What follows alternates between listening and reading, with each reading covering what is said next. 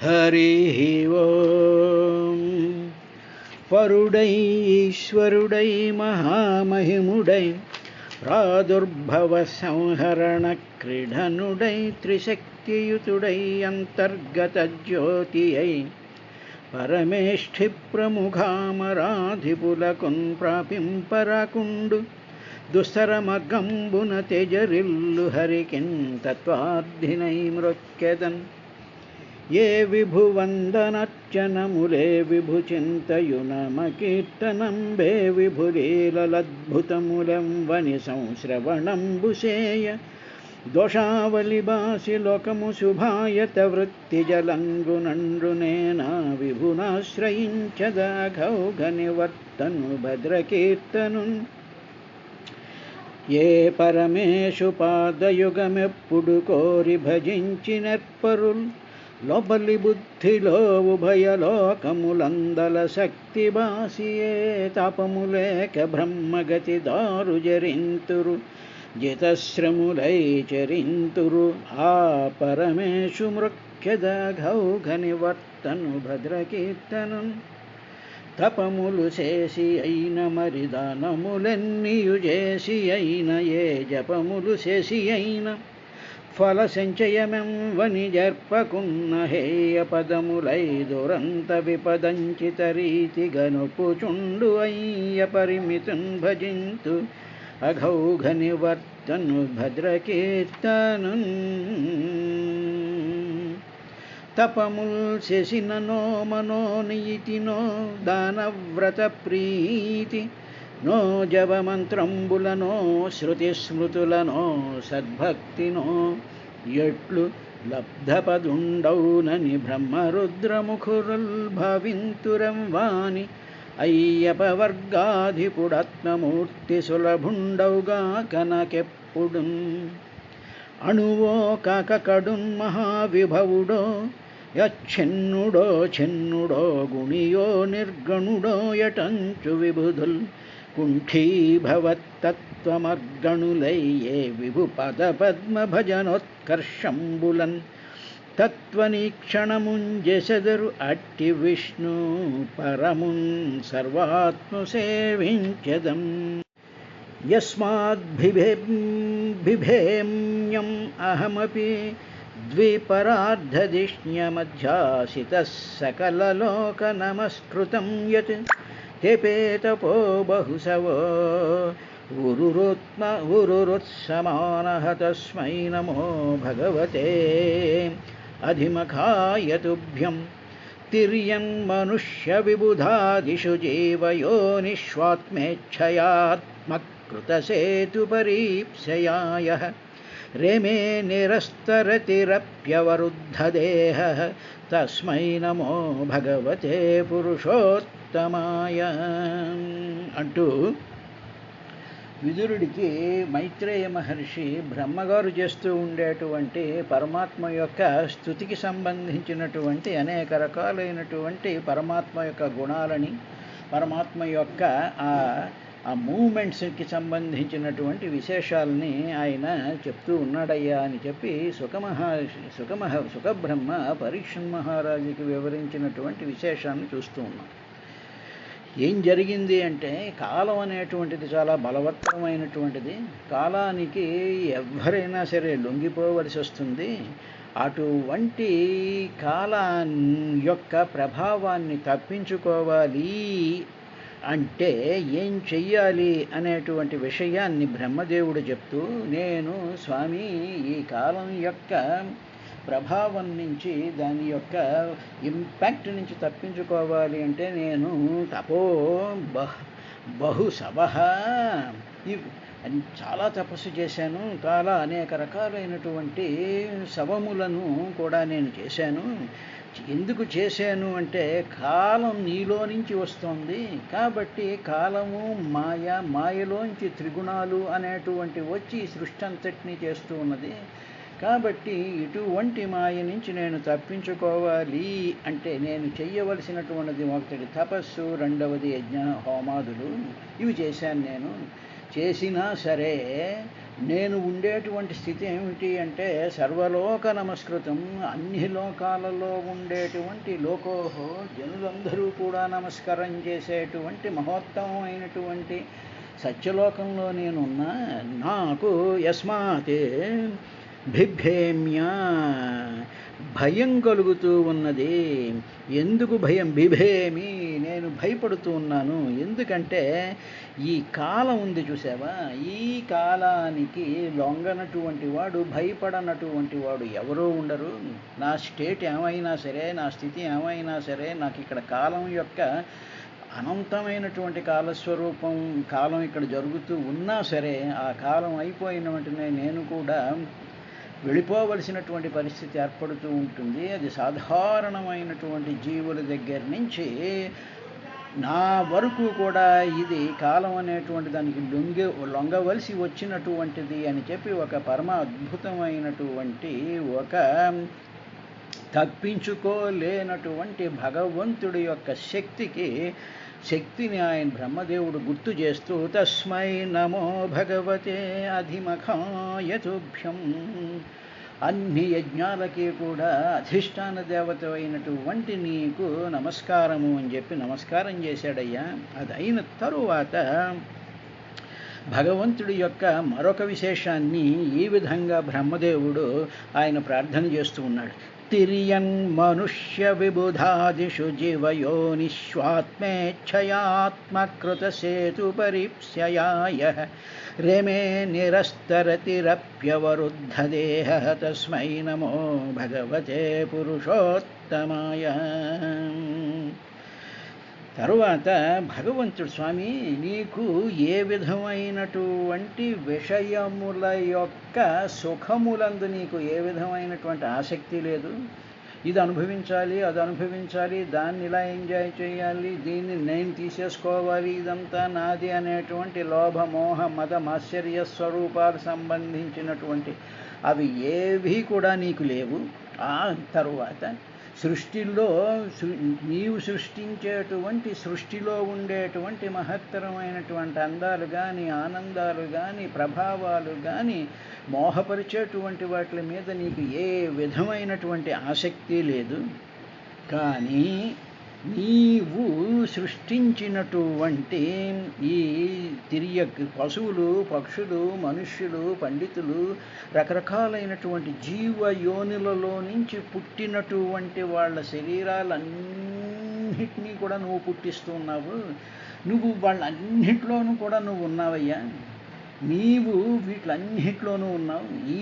ఈ పశువుల్లో కానీ, వృక్షాల్లో కానీ, మానవుల్లో కానీ, విబుధులు అంటే తెలుసుకున్నటువంటి జ్ఞానులు కానీ, వీళ్ళందరిలోనూ నువ్వే ఉన్నావు కదా. నువ్వే ఈ రూపాలు ధరిస్తూ ఉన్నావు కదా. ధరించినటువంటి ఈ పశువులు కానీ, మానవులు కానీ, విభులు కానీ, దేవతలు కానీ, సకల లోకాలలో ఉండేటువంటి వాళ్ళందరికీ కూడా విషయ సుఖాలు ఉంటున్నాయి కదా.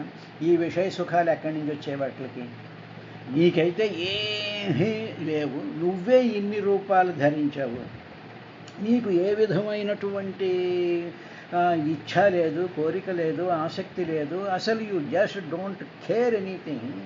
అటువంటి నీవే ఇలాగ ఇన్ని వివిధమైనటువంటి రూపాలతో, వివిధమైనటువంటి లోకాలలో, వివిధమైనటువంటి ఆకారాలలో, వివిధమైనటువంటి జీవయోనులలో, కోట్లాది జీవరాశుల కింద నీవు జన్మిస్తూ ఉన్నావు కదా. నువ్వే కదా వీటిలన్నింటినీ ఇలా ప్రొజెక్ట్ చేస్తూ ఉన్నావు. అలాంటి నీవు ఏ విధంగా నువ్వు చేస్తున్నావంటే స్వామి, నాకేమనిపించింది అంటే ఆయా జీవులలో, ఆయా జీవుల యొక్క శరీరాలు, ఆయా జీవులలో ఉండేటువంటి ఇంద్రియాలు, ఆ జీవుల యొక్క శరీరాలుకి సంబంధించినటువంటి వాటి ఇన్హెరెంట్ ప్రాపర్టీస్ ఉంటాయే, ధర్మాలు ఉంటాయే, ఆ ధర్మాలను పరిపాలించి, ఆ ధర్మాలను ఆయా శరీరాలు కలిగినటువంటి జీవులు ఆచరిస్తూ ఉంటే అవి అలాగా ఇంద్రియ సుఖాల వైపుకి, తర్వాత మోహాల వైపుకి ఆ శరీరం యొక్క ధర్మం ప్రకారం అవి చేస్తూ ఉంటే వాటిల్ని చూస్తూ నీవు చాలా ఆనందిస్తూ ఉంటావు తప్ప నీకు ఏ విధమైనటువంటి కోరికను లేదు. అలాంటి పురుషులలో ఉత్తమమైనటువంటి వాడు నీకు నమస్కారం. అంటే దీని అర్థం ఏమిటన్నమాట?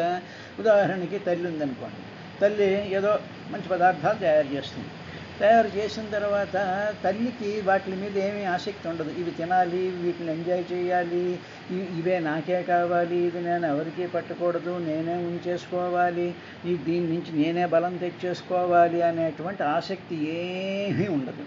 కానీ ఆ ఇంట్లో పిల్లలు ఉన్నారనుకోండి, 10 పిల్లలు ఉంటారు, తర్వాత భర్త ఉంటాడు, తర్వాత వీళ్ళు వాళ్ళు ఉంటారు. అప్పుడు ఏమీ ఆ పదార్థాల మీద ఏమీ ఆసక్తి లేనటువంటి తల్లి ఆ పిల్లలకి, అక్కడ వచ్చిన వాళ్ళకి అవి వడ్డించి తినిపిస్తూ, ప్రేమతో తినిపిస్తూ ఉన్నప్పుడు వాళ్ళకి ఆకలేస్తుంది, వాళ్ళకి తినాలనిపిస్తుంది, వాళ్ళకి కోరిక కలుగుతుంది.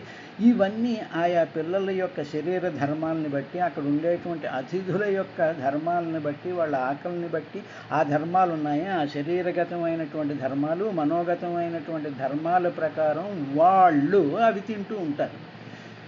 అలా తింటూ ఉన్నప్పుడు వాళ్ళని చూసి తల్లి ఏ విధంగా అయితే సంతోషిస్తుందో అలాగ నీకు ఏమీ ఆసక్తి లేకపోయినా నువ్వు ఇటువంటి ధర్మాలను ఆచరిస్తూ ఉండేటువంటి జీవులన్నిటినీ చూసి నువ్వు ఆనందిస్తూ ఉంటావయ్యా. నీకున్నది ఒక్క ఆనందమే తప్ప మరేం కాదు. అలాంటి ఆనందాన్ని పొందగలిగినటువంటి పురుషులలో ఉత్తమమైనటువంటి వాడు. పురుషుడు అంటే ఇక్కడ జీవుడు, పురములందు ఉండేటువంటి వాడు పురుషుడు. ఆ పురుషుడు శరీరంతో ఏకాత్మభావం చెందిపోయినటువంటి ఆ జీవస్వభావంలో ఉత్తమమైనటువంటి జీవస్వభావం ఏమిటి అంటే ఏ విధమైనటువంటి కోరికలు కానీ, ఆసక్తి కానీ, ఏ విధమైనటువంటి పీకులాట కానీ, లంపటాలు కానీ లేకుండా ఉండేటువంటి ఆ జీవులలో ఉత్తమమైనటువంటి జీవుడి కింద ఉండేటువంటి పరమాత్మ నీకు నమస్కారము అని చెప్పాడండి. తిర్యంగ్ మనుష్య విబుధాదిషు జీవయోని స్వాత్మేచ్ఛయా. యహ ఏ భగవంతుడైతే నిరస్తరతి అపి, నిరస్తరతి, రతి అంటే ఆసక్తిని రతి అంటారు. నిరస్తరతి, అస్త అంటే ఉండడం, నేహ లేకుండా, ఏ విధమైనటువంటి ఆసక్తి లేనటువంటి ఆ భగవంతుడున్నాడే నిరస్తరతి. అటువంటి ఆ పరమాత్మ ఆత్మేచ్ఛయా తన యొక్క కోరిక చేత, తన యొక్క సంకల్పం చేత, తనలో ఉండేటువంటి మాయాశక్తిని పిలిచి ఆయన ఏం చేస్తాడంటే ఏ భగవంతుడైతే ఉన్నాడో ఆయన ఏం చేస్తాడు అంటే తిర్యక్ మనుష్య విబుధాదిషి జీవయోని. తిర్యకు, తిరోంచతీతి తిరియకు అంటే అడ్డంగా నడిచేటువంటి వాటిని పశువులు, మామూలు పశువులు అంటే అవి అడ్డంగా నడుస్తుంటాయి. మానవుడు నిటారుగా నిలబడి నడుస్తూ ఉంటాడు. అడ్డంగా పాకేటువంటి జంతువులు, అడ్డంగా నడిచేటువంటి జంతువులు ఇవన్నీ తిరియక్ అంటారు. అటువంటి తిరియక్ మనుష్యుడు, విబుధాది, విబుధులు అంటే దేవతలు, అంటే అటు దేవలోకాలలో ఉండేటువంటి దేవతా సమూహాలు, మానవలోకంలో ఉండేటువంటి మానవులు, అడ్డంగా నడిచేటువంటి అంటే సమస్తమైనటువంటి అన్నీ కూడా అడ్డంగా నడుస్తూ ఉంటాయి. ఇలాంటి జీవులన్నీ కూడా జీవయోని, ఆ యోనులలో పుట్టుక స్థానాలలో నుంచి బయటకు వచ్చేటువంటి వీటన్నిటినీ కూడా స్వేచ్ఛయా నీ యొక్క సంకల్పం చేత, నీ యొక్క కోరిక చేత వీటన్నిటినీ కూడా నువ్వు పుట్టించావయ్యా. పుట్టించిన తర్వాత ఏం చేస్తున్నావు అంటే ఇలాగ పుట్టించినటువంటి ఈ జీవులందరికీ కూడా ఏమిటి ఉంటుంది అంటే వాటి శరీరాల ధర్మాలను బట్టి వాళ్ళకి కోరికలు ఉంటాయి. ఉదాహరణకి మానవుడు ఉన్నాడు, మానవుడికి ఆకలి వేస్తుంది, పశువులకి ఆకలి వేస్తుంది, అన్నిటికీ ఆకలి వేస్తుంది. ఆకలి వేయడం అనేటువంటిది ధర్మం. అదేవిధంగా దాహం కలగడం అనేటువంటి ధర్మం, నిద్రపోవడం అనేటువంటిది ధర్మం, అలాగే ఆ విధంగానే మైథునం చేయడం అనేటువంటిది ధర్మం, పెరగడం అనేటువంటిది ధర్మం. ఈ ధర్మం అంటే the properties of all the people. అలాగా ఈ ప్రాపర్టీస్ ఉన్నాయే, ఇవన్నీ కూడా ఏమిటి చేస్తాయంటే ఆత్మకృత సేతు పరీప్సయా. ఆత్మకృతు నువ్వే చేసావు. ఈ శరీరాలలో ఆ శరీరాలు ఆ జీవ పదార్థాలతో తయారు చేయబడినటువంటి శరీరాలని ఆత్మకృతు నువ్వే చేసి సేతు పరీప్సయా, అలాగే చేసి ఆయా శరీరాలు ఆయా ధర్మాలను ఆచరించాలి అనేటువంటి ఆత్మేచ్ఛయా ఆత్మకృత సేతు పరీప్సయా. అలాగ నువ్వు కోరిక తెచ్చుకుని ఆయా శరీరాలు కలిగినటువంటి జీవులు ఆ విధంగా ప్రవర్తించాలి, ఆ కర్మల యొక్క మర్యాదలను అవి అలాగే పాటించాలి అని చెప్పి నీవు సంకల్పించి తిర్యన్ మనుష్య విబుధాదిషు జీవయోని, ఇలాగా పశువుల కింద, మానవుల కింద, దేవతల కింద అన్ని లోకాలను కూడా ఈ జీవుల్ని సర్ది పెట్టావయ్యా. అప్పుడు అప్పుడు ఆయా ధర్మాలను ఆయా జీవులు ఆచరిస్తూ ఉన్నప్పుడు వాటిని చూసి నీవు చాలా సంతోషిస్తూ ఉన్నావయ్యా. కానీ నీవు మాత్రం ఎవరు అంటే నిరస్తరతి, నీకు మాత్రం ఏ విధమైనటువంటి కోరిక, ఇలాగ దేహాలు ధరించి దాన్ని నేను అనుభవించాలి అనేటువంటి ఏ విధమైనటువంటి నిరస్తరతి, ఏ విధమైనటువంటి కోరిక లేనటువంటి అవరుద్ధ దేహ, అటువంటి దేహాన్ని అటువంటి విధంగా ఉండేటువంటి ఓ పురుషోత్తమ తస్మై నమో భగవతే పురుషోత్తమాయ, అటువంటి పురుషోత్తముడికి నమస్కారము అన్నాడు. అంటే ఇది మనం ఎలా అన్వయించుకోవాలి అంటే మనలోనే పురుషోత్తముడైనటువంటి ఆ భగవంతుడు ఉన్నాడు. ఆ భగవంతుడికి ఏ విధమైనటువంటి కోరికలు లేవు. నిరస్తరతి అవరుద్ధ దేహ, కానీ ఏ విధమైనటువంటి కోరిక లేకుండా నిష్కామంగా, నిర్మలంగా, శాంతంగా వాసుదేవతత్వంతో వెలిగేటువంటి ఆ పరమాత్మ మన శరీరంలో ఉన్నప్పుడు ఆ పరమాత్మ యొక్క సంకల్పం చేత ఈ శరీరం మనకి వచ్చింది. దాంట్లో నుంచే శరీరం అలా ప్రొజెక్ట్ అయింది. ఆ ప్రొజెక్ట్ అయినటువంటి శరీరంలో ఉండేటువంటి అంతరింద్రియాలు, కడుపు, తర్వాత రక్తాలు, గుండెలు, ఊపిరితిత్తులు, ఈ రకరకాలైనటువంటి ఇంద్రియ జీవత్వంతో కూడుకున్నటువంటి వాటికి మాత్రం కొన్ని మర్యాదలు ఉన్నాయి, అంటే కొన్ని ధర్మాలు ఉన్నాయి. ఆ ధర్మాల ప్రకారం అవి పనిచేస్తూ ఉంటాయి. ఇలాగ పనిచేసేటువంటిదంతా కూడా అవరుద్ధ దేహ, నీవు లోపలుండి వాటికి ఆయా మర్యాదలను పాటించేటువంటి విధంగా చేస్తున్నావు.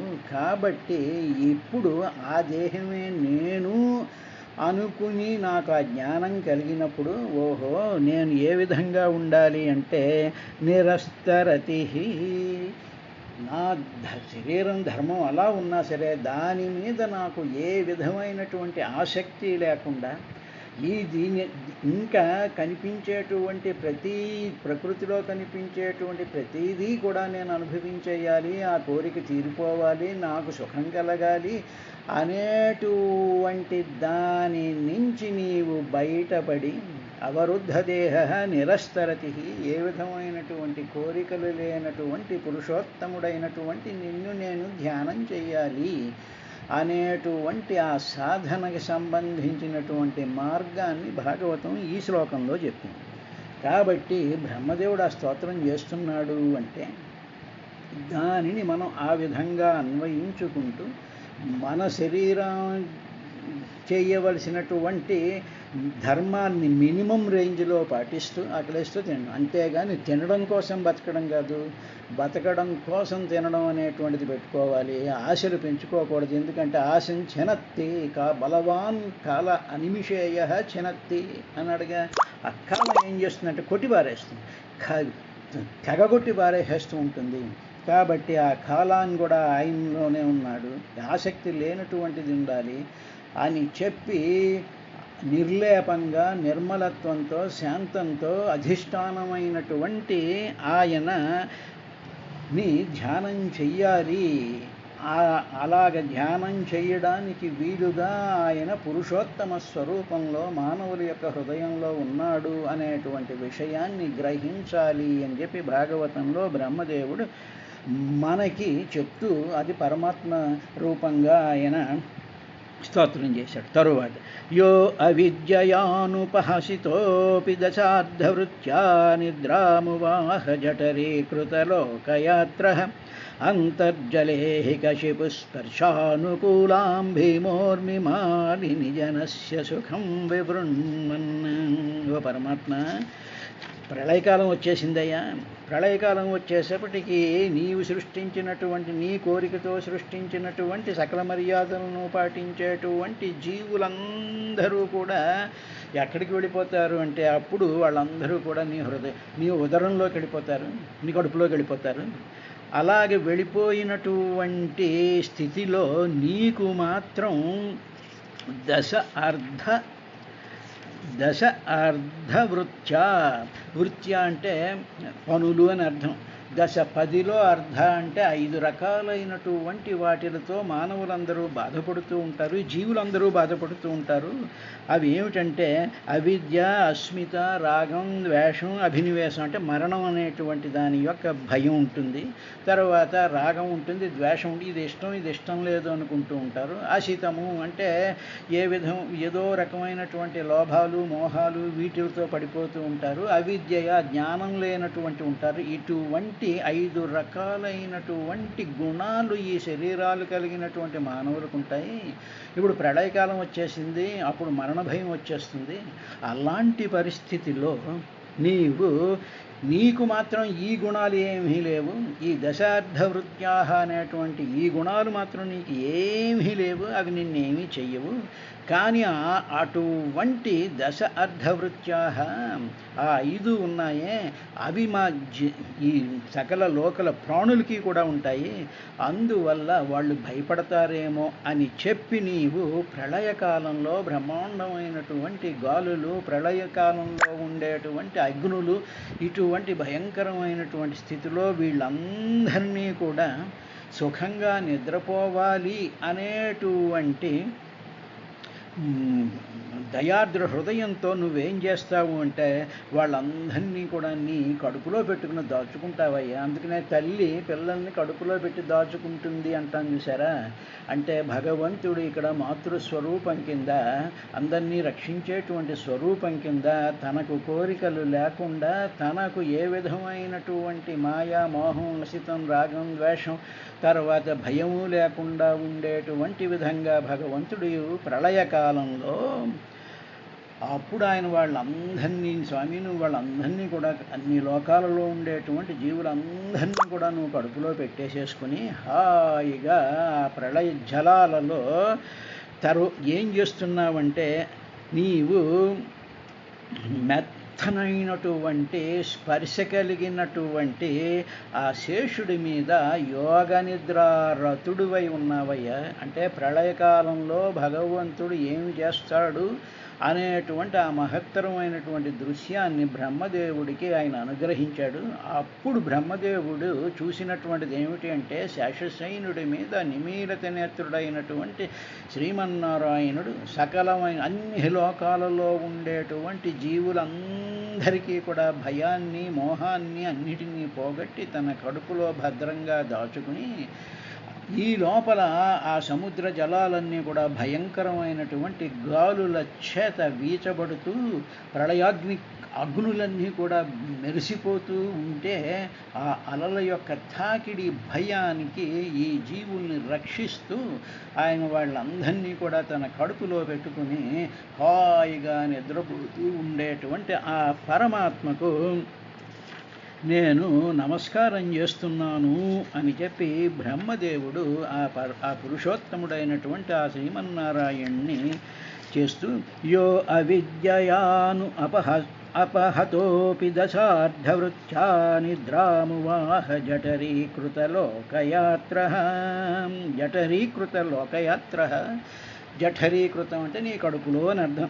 అందులో లోకయాత్ర సమస్తమైనటువంటి లోకాల యొక్క స్థితుల్ని యాజ్ ఇట్ ఈజ్గా వాటిలన్నిటినీ కూడా కడుపులో పెట్టేసుకుని దశార్ధవుత్యాహం అవిద్యాస్మిత రాగం ద్వేషమోహం అనేటువంటి వ్యాపారాలు కలిగినటువంటి స్థితి తనకు లేకుండా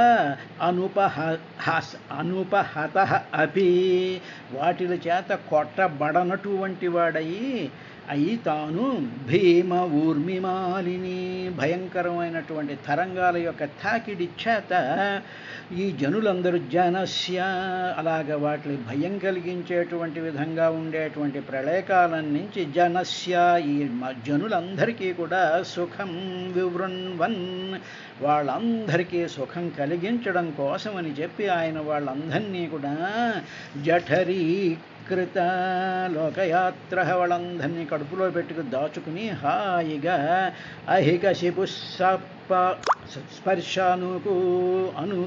అనుకూలాం మెత్తనైనటువంటి ఆ శేషశయనుడి మీద యోగనిద్రారతుడైనటువంటి ఆ పరమాత్మకు నేను నమస్కారం చేస్తున్నాను అన్నాడు బ్రహ్మదేవుడు. రేపటి కార్యక్రమంలో మరో విశేషంతో వస్తాను.